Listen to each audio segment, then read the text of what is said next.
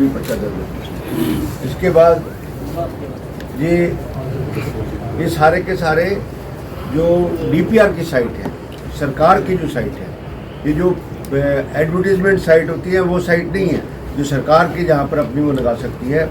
ये है लोकेशन पंडित भगत दयाल शर्मा पार्क। ये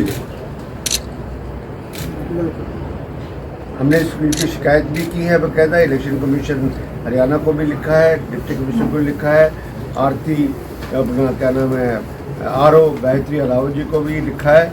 अभी तक कंप्लेंट फाइल करने के बाद भी अभी तक कोई एक्शन नहीं हुआ। और ये श्री राम रंगशाला पे सरकारी DPR साइट है जाएंगी। तो सोल्यूशन जी ये सारी पहुँचा देना आप इस बात के लिए कम्युनिटी का। और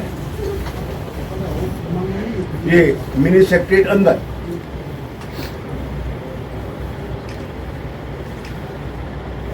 कहाँ कोड ऑफ कंडक्ट, कहाँ किस बात की सरकार का ऐसा मतलब कोई इम्पार्शियलिटी तो रही नहीं, सब कुछ नहीं। सरकार हर एक चीज़ का तंत्र इस्तेमाल करे। और ये वो कंप्लेन की जो कॉपी है इनको दी है। कोड ऑफ कंडक्ट में यह ऑफेंस बनता है, पर्चा दर्ज होना चाहिए, इमीडिएटली इनकी रिमूवल होनी चाहिए।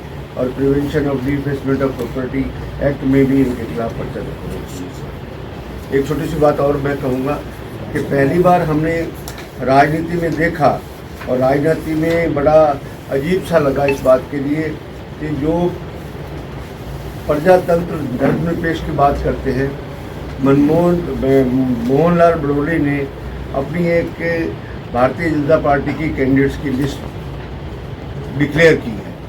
अब देखो इस लिस्ट को साथ में कास्ट लिखते हैं। जाति की राजनीति के बिना कोई राजनीति नहीं है। राम अवतार वाल्मीकि, अक्षय जाट, उसके बाद आशालता हरिजन। किसी भी शेड्यूल कास्ट को हरिजन कहना एक जुर्म है। उस अध्यक्ष के खिलाफ इस बात का पर्चा दर्ज होना चाहिए। इस बात के SC/ST एक्ट के अंदर उसका ऑफेंस बनता है उस बात के लिए। दलित हो सकते हैं, इंग्लिश में शेड्यूल कास्ट हम कह सकते हैं, इंग्लिश में हिंदी में दलित कह सकते हैं। और उसके बाद ये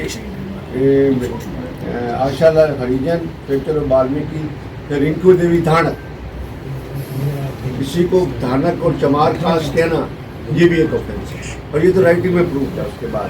उसके बाद सुरेश किराड़ धानक, फिर उसके बाद नीला भटनागर कायस, कपिल नागपाल पंजाबी, कविता देवी सानी, फिर 9 वार्ड से कुलवीर जाट, तो इस तरह की। फिर उसका मेजर ज्योति बोहर जाट, राजेश प्रधान किसी टाइम सरपंच भी रहा है हरियाणा का, राजेश प्रधान जाट। और सुशील नांदल 12 नंबर वार्ड से सेक्टर से सुशील कुमार नांदल जाट। उसके बाद सूबेदार धर्मवीर फौजी जाट, कंचन खुराना पंजाबी, अमिता बिरलानी पंजाबी, मुख्तार नागपाल पंजाबी, डिम्पल जैन, रोहिला देवी, नरेंद्र कौशिक।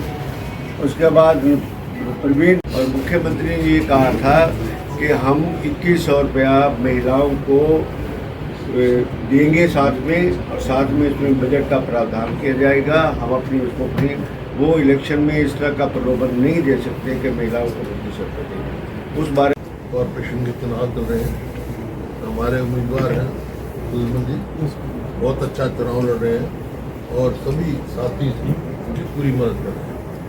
आज हमारी मीटिंग हुई, सभी साथियों से विचार विमर्श हुआ है और पूरे सब जोर शोर से अपना यहाँ पर कॉरपोरेशन का चुनाव लड़ेंगे। क्योंकि इस सरकार के आने के बाद 10 साल के बाद ना तो कोई कार्य हुआ, सारी सड़कें टूटी पड़ी हैं, सीवरेज बिल्कुल खराब है। जो हमने कम्युनिटी सेंटर बनाए थे लोगों की सुविधा के लिए, वो ठेके पे दे दिए गए हैं। उनके ऊपर मतलब लाखों रुपया चार्ज कर रहे हैं। ये तो टूरिज्म का बनाया था, उसके ऊपर कितना इन्होंने बढ़ा दिया। बनाया तो हमने था जन सुविधा के लिए, वो तो फिर बाकी प्राइवेट बने हुए हैं जो इन्होंने उनका भाव उस हिसाब से दिया। तो कोई भी ऐसा काम नहीं। और ये चुनाव जो हुआ है ये डिलेड चुनाव है, ये भी मजबूरी में इनको करना पड़ा हाई कोर्ट ने के डायरेक्शन की वजह से। तो ये इनका कोई इरादा नहीं था। और जो है जहाँ तक रोहतक का सवाल है, ये मैं नहीं कह रहा, पूर्व जो यहाँ से सांसद थे उनने भ्रष्टाचार के गंभीर आरोप लगाए थे। अमृत योजना हो या हो, जो हमारे समय में हम पैसा छोड़ के गए थे उसमें भ्रष्टाचार किया, प्रॉपर्टी आईडी हो वो भ्रष्टाचार का अड्डा बन गया।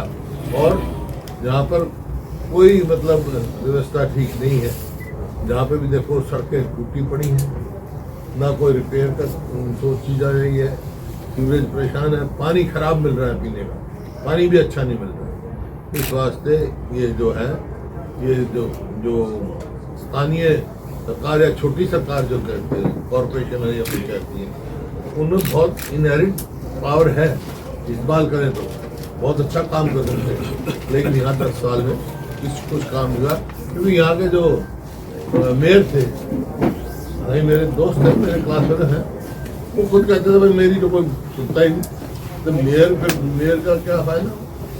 तो उनकी जो निर्वाचित लोगों की जहाँ सुनवाई ना हो, तो क्या तो इस वास्ते मेरे सभी से अपील है कि भाई सब पार्षदों को भी और हमारे मेयर को भी कांग्रेस के जहाँ जहाँ उम्मीदवार है सबको कामयाब करें।